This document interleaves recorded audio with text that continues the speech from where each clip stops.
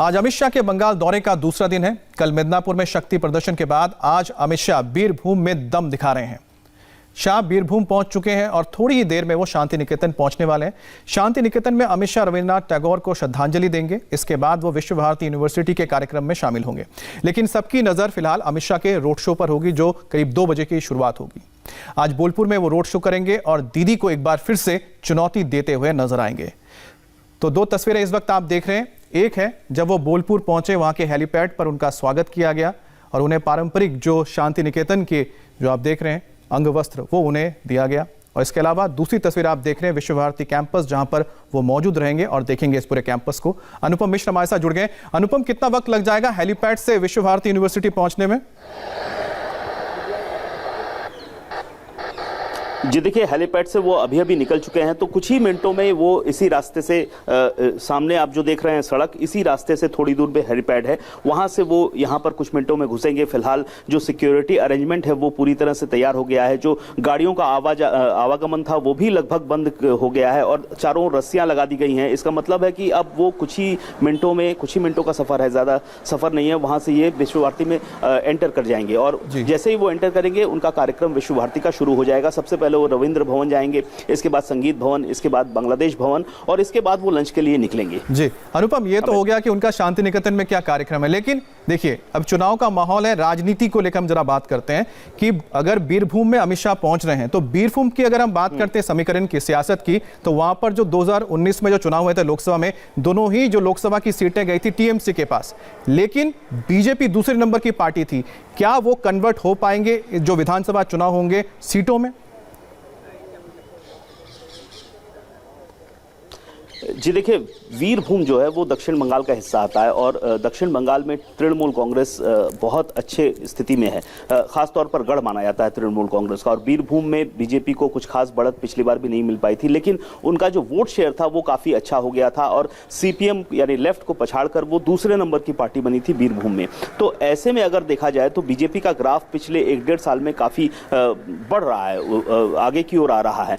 और ये जो सफ़र है, ये सफ़र भी तय करेगा कि उस ग्राफ में कितनी उन्नति होती है, बढ़ोतरी होती है। खासतौर पर शांति निकेतन जो है कल्चरल नगरी कहा जाता है, बंगाल की सांस्कृतिक नगरी के तौर पर भी जाना जाता है शांति निकेतन को। विश्व गुरु की कर्मस्थली रही है ये। तो ऐसे में विश्व गुरु से जुड़ने की जो कोशिश है, वही मैं फिर से बोल रहा हूं, जो आरोप लग रहे हैं उसका ये जवाब है बीजेपी की ओर से। और आरोप यही है कि बीजेपी बाहरी पार्टी है, बीजेपी के नेता बाहरी पार्टी हैं। तो रविंद्रनाथ के यहाँ कर्मस्थली आकर उनसे जुड़ी चीजों को देखकर, यहाँ पर घूमकर, शांति निकेतन में आकर एक तरह से बीजेपी यही बताना चाह रही है कि हम बाहरी नहीं हैं। आप जितना रविंद्रनाथ को जानते हैं, हम भी उतना ही रविंद्रनाथ को जानते हैं और उतना ही मानते हैं। दूसरी एक बात और बताऊं आपको कि एक ब्लंडर बीजेपी की ओर से हुआ था। कैलाश विजयवर्गीय ने, ममता ने बार-बार वो भी आरोप लगा रहे हैं कि विश्व गुरु रविन्द्रनाथ टैगोर का जन्म बता दिया था शांति निकेतन। तो एक तरह से ये डैमेज कंट्रोल भी है। जिस तरह से ममता लगातार इस मुद्दे को उछाल रही है, तो उसमें भी ये जो सफर है अमित शाह का, वो भी उस आरोप का भी जवाब है। अब तो टीएमसी की एक एक चीज पर नजर होगी। आखिरकार बीजेपी के नेता और उनके तमाम जो लीडर्स आ रहे हैं वो क्या क्या कह रहे हैं, क्या क्या कर रहे हैं। अर्चना का भी रुख कर लेते हैं। अर्चना, फिलहाल आप कहां पर हैं? और जो लगातार हम देखते हैं कि मिदनापुर में जो भीड़ जुटी थी, तो टीएमसी ने कहा कि ये सब बाहरी लोग आए थे। आप तो वहां लोगों से देख रही होंगी, मुलाकात कर रही होंगी, क्या आपको लगा कि बीरभूम में भी लोकल नहीं है, बाहर से लोग आए हुए हैं? इस वक्त हम जहाँ पे हैं अमित, वो जो बाउल सिंगर हैं उनका घर है जहाँ पर अमित शाह पहुँचेंगे 12:55 पर, जब वो विश्व भारती यूनिवर्सिटी से निकलेंगे। देखिए ये वो घर है जहाँ पर तैयारियाँ पूरी हो चुकी हैं। यहाँ पर जो बाउल शैली की गायकी है उसकी एक परफॉर्मेंस भी रखी गई है। उसके बाद यहाँ पर लंच का कार्यक्रम है। तो ये भी एक तरह से कह सकते हैं बंगाली सेंटीमेंट से जोड़ने की कोशिश है खुद को।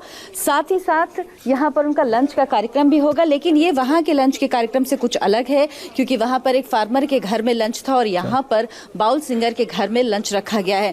बाउल गायकी के बारे में आपको बता दें कि ये परंपरागत शैली, बंगाली शैली की गायकी है, जो बांग्लादेश, इसके अलावा भारत में उड़ीसा जो लगे हुए इलाके हैं, उड़ीसा, झारखंड, बिहार, यहाँ पर भी इस शैली की गायकी है। और जो घर है ये वासुदेव दास बाउल का घर है, जहाँ पर आएंगे अमित शाह, और इन्होंने अंतर्राष्ट्रीय स्तर पर भी इस गायकी को पहचान दिलाई है। इन्होंने एक ऑस्ट्रेलियन फिल्म में भी काम किया है। कह सकते हैं हैं कि जो परंपरागत शैली है गायकी की, इसको अंतर्राष्ट्रीय मंच पर ले गए हैं और इसको एक और पहचान दिलाने के लिए अमित शाह यहाँ पर आ रहे हैं। यहाँ पर परफॉर्मेंस का कार्यक्रम भी है जो लंच से पहले होगा, उसके बाद यहाँ मैं पर शायद देख पा रहा हूँ आपके पीछे कई सारे बीजेपी के नेता भी खड़े, वहां पर शायद अनुपम हाजरा भी नजर आ रहे हैं। अनुपम हाजरा जो कि काफी परिचित नाम है बीरभूम से, क्योंकि शांति निकेतन में टीचर भी रहे। अगर वो आपसे बात कर सके तो आप कोशिश कीजिए जरा बात कर पाए अनुपम हाजरा से, तो हमें और भी सारी चीजें पता लगेंगी।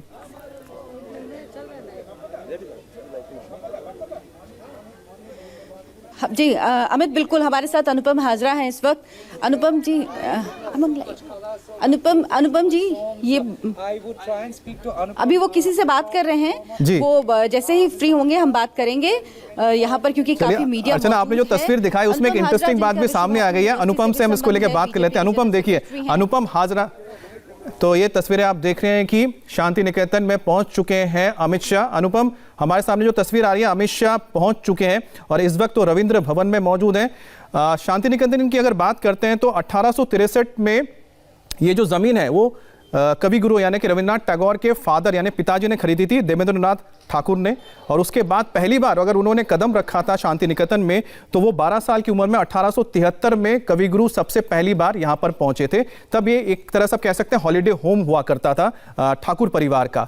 और उनका जो आखिरी वक्त गुजरा यानी कि उनके जो अंतिम दिन बीते और उनकी जो कर्मस्थली रही वो शांति निकेतन रही। तब वो कवि गुरु यहीं पर ही रहे थे और उनका आखिरी वक्त भी यहाँ गुजरा था। तो उनकी बहुत सारी यादें यहाँ पर जुड़ी हुई हैं। और जब अमित शाह यहाँ पर पहुंचे हैं, जब रविंद्र भवन वहाँ पहुंचे हैं, तो एक एक जगह जाएंगे जहां पर कवि गुरु बैठा करते थे। इसके साथ ही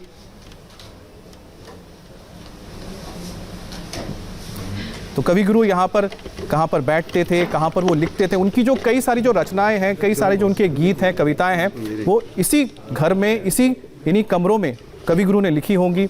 और साथ ही साथ इन्होंने यहाँ से अपना एक लंबा वक्त अपने काम को दिया था। खासतौर पे उनकी जो साहित्य, उन्होंने जितनी भी रचनाएं की है, वहाँ पर शांति निकेतन की छाप दिखती है। अनुपम, यहाँ पर जो हम तस्वीरें इस वक्त देख रहे हैं, यहाँ पर मुकुल रॉय भी साथ में नजर आ रहे हैं, उनके कैलाश विजयवर्गीय भी हैं। क्या ये साथ रहेंगे? पहले खबर आ रही थी कि अमित शाह के अलावा और स्वपन दास गुप्ता के अलावा कोई भी राजनेता शायद एंटर नहीं करेगा शांति निकेतन में।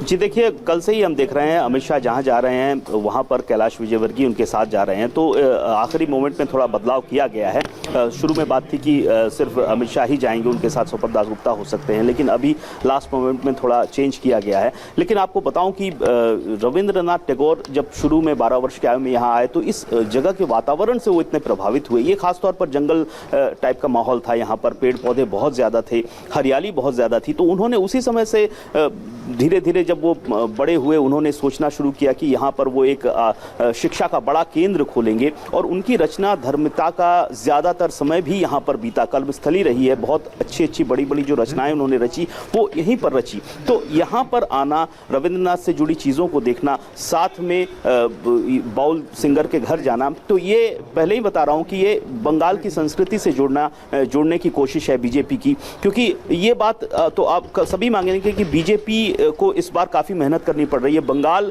जीतने के लिए बीजेपी ने जो रणनीति बहुत पहले से बनाई है वो इससे पहले अब तक नहीं बनाई हुई। जो मेहनत बीजेपी की दिख रही है वो भी इससे पहले अब तक नहीं दिखाई दी। तो बंगाल जीतना कितना कठिन है और उसके लिए बंगाल की संस्कृति से जुड़ना और वो चीज़ बहुत अहम है, क्योंकि बंगाल बहुत सेंटिमेंटल स्टेट है और यहाँ पर संस्कृति बहुत मायने रखती है। और ऐसे में अगर आप संस्कृति से जुड़े हुए नहीं रहेंगे तो बंगाली मन में आप अपना स्थान नहीं बना पाएंगे। तो यही वो कोशिश है, चाहे वो खुदीराम हो, चाहे स्वामी विवेकानंद हो, चाहे रविंद्रनाथ हो, चाहे बाउल सिंगर हो। बाउल की जो संस्कृति आप पुरानी बंगला पिक्चर में अगर फिल्मों में अगर देखें तो हर दूसरी तीसरी फिल्मों में बाउल सिंगर का जिक्र होता था, उनका दृश्य होता था। तो ये एक बहुत जैसा बाउल सिंगर्स की बात कर रहे हैं, मैं तस्वीर एक बार फिर से बता दूं। यहाँ पर जो तस्वीर इस वक्त दिख रहे हैं हमें, अमित शाह यहाँ पर जो फूल है वो चढ़ा रहे हैं। ये वो जगह है जहाँ पर कवि गुरु रहते थे, बैठते थे, लिखते थे।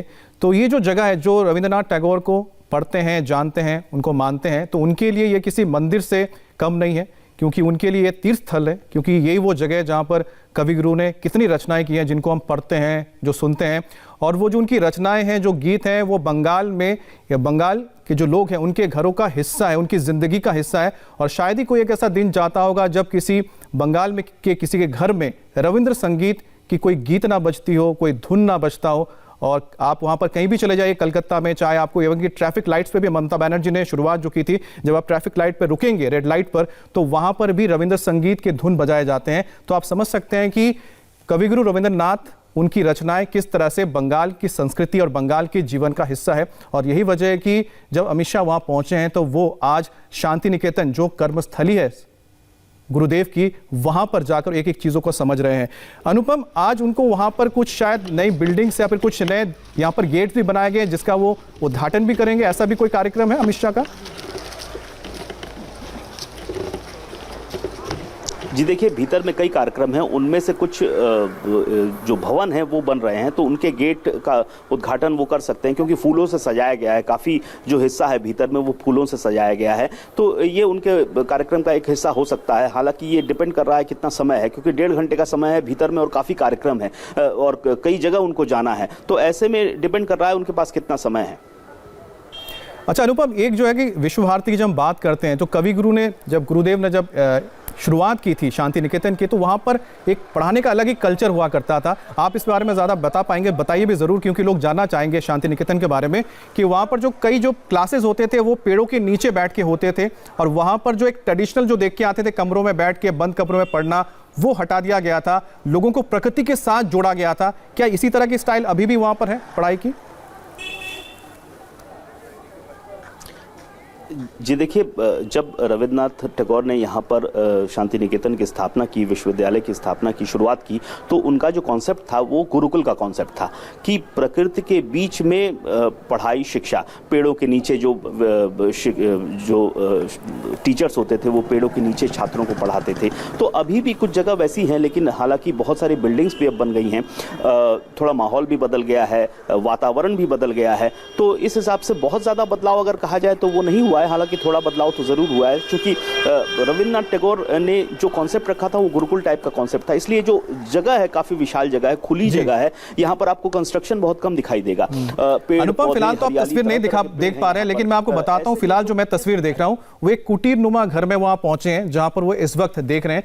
मैं भी, खैर मैंने विजिट नहीं किया इसलिए मैं भी नहीं जानता हूँ। आप अगर बता पाए कि कुटीर नुमा जो वहां पर घर है वो किनका है, वहां पर कौन रहता था जिसको अभी देख रहे हैं अमित शाह? जी देखिए, रविन्द्रनाथ टैगोर जब यहाँ पर रहते थे तो कुटी में ही रहते थे। उनकी कोशिश रहती थी कुटी में जिस तरह से एक आम जिंदगी गुजारी जाती है प्रकृति के बीच, वो कुटी में रविन्द्रनाथ टैगोर ने काफ़ी वक्त बिताया है। उस कुटीर को इसीलिए भ्रमण करना, देखना बहुत ज़रूरी है। अब अगर आप विश्व भारती के भीतर में आए हैं तो रविन्द्रनाथ से जुड़ी हर चीज़ आप देखेंगे, तो उसी का हिस्सा है ये। रविन्द्रनाथ से जुड़ी ही हर चीज़ें हैं वहाँ, जिनका विजिट इस वक्त अमित शाह कर रहे हैं।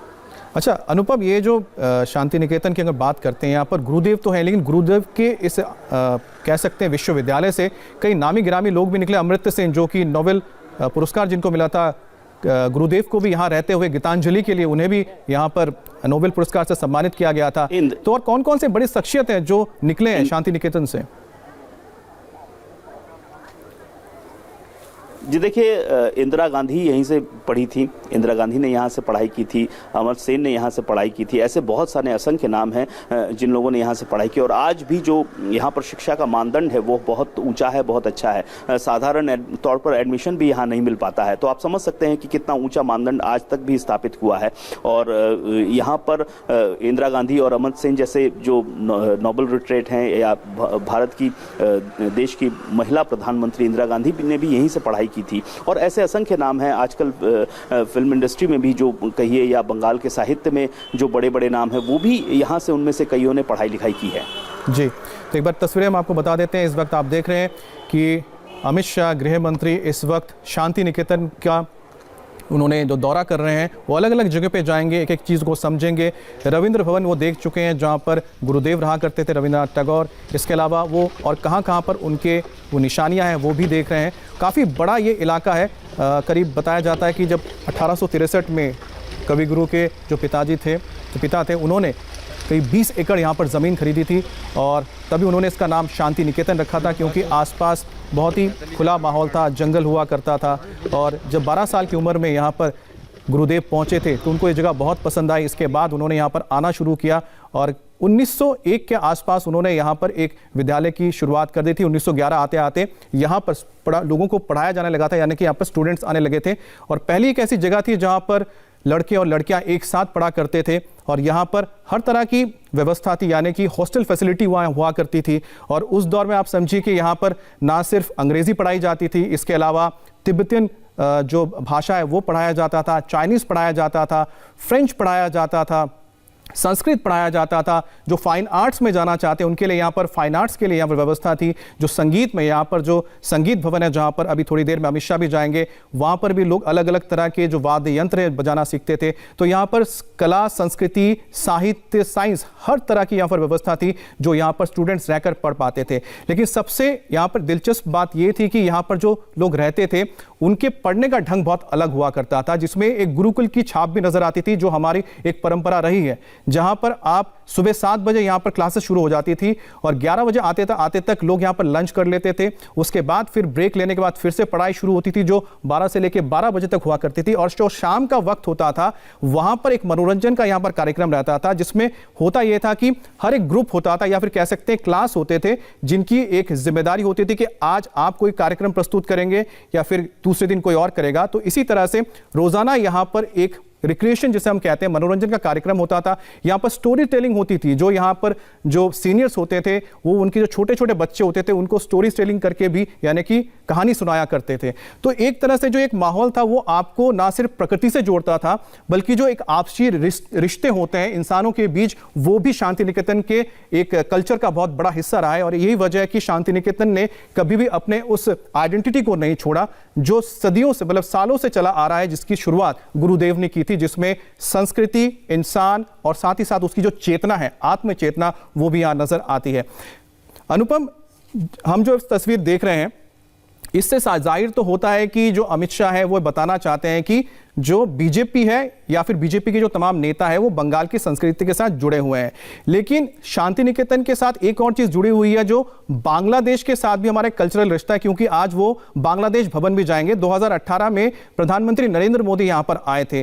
तो आपको क्या लगता है शांति निकेतन में जो बांग्लादेश भवन बना है उसकी क्या अहमियत है? जी देखिए, 2018 में जब उद्घाटन हुआ था, प्रधानमंत्री जब यहाँ आए थे उससे पहले, तो उस दौरान मैं भी यहाँ आया था। बांग्लादेश का डेलीगेशन भी यहाँ पर आया था। ममता बनर्जी भी यहाँ पर उस समय उपस्थित थी। तो बांग्लादेश के साथ बंगाल का रिश्ता, दरअसल बांग्लादेश तो बंगाल का ही हिस्सा हुआ करता था, भारत का ही हिस्सा हुआ करता था। जब बंटवारा हुआ तब ईस्ट पाकिस्तान हो गया, लेकिन उसके बाद मुक्ति युद्ध हुआ 1971 में, तब बांग्लादेश बना। लेकिन बांग्लादेश और पश्चिम बंगाल में सांस्कृतिक तौर पर देखा जाए तो कुछ खास अंतर नहीं है। भाषा अगर देखी जाए, भाषा में वहां पर भी बांग्ला बोली जाती है, यहां पर भी बांग्ला बोली जाती है। डायलेक्ट थोड़ा सा अलग है, उच्चारण थोड़ा सा अलग है। ये है कि जो बांग्लादेश के जो हम कहते हैं नेशनल एंथम, राष्ट्रगान जो है, और हमारा जो राष्ट्रगान है वो एक ही कवि ने लिखा, यानी कि रविंद्रनाथ टैगोर की ही लिखी हुई है, जनगण मन हो या फिर अमार सोनार बांग्ला, जो बांग्लादेश का नेशनल एंथम है। एक ब्रेक के लिए रुकते हैं, ब्रेक के बाद इसी बड़ी खबर पर पहुंचेंगे। इस कार्यक्रम के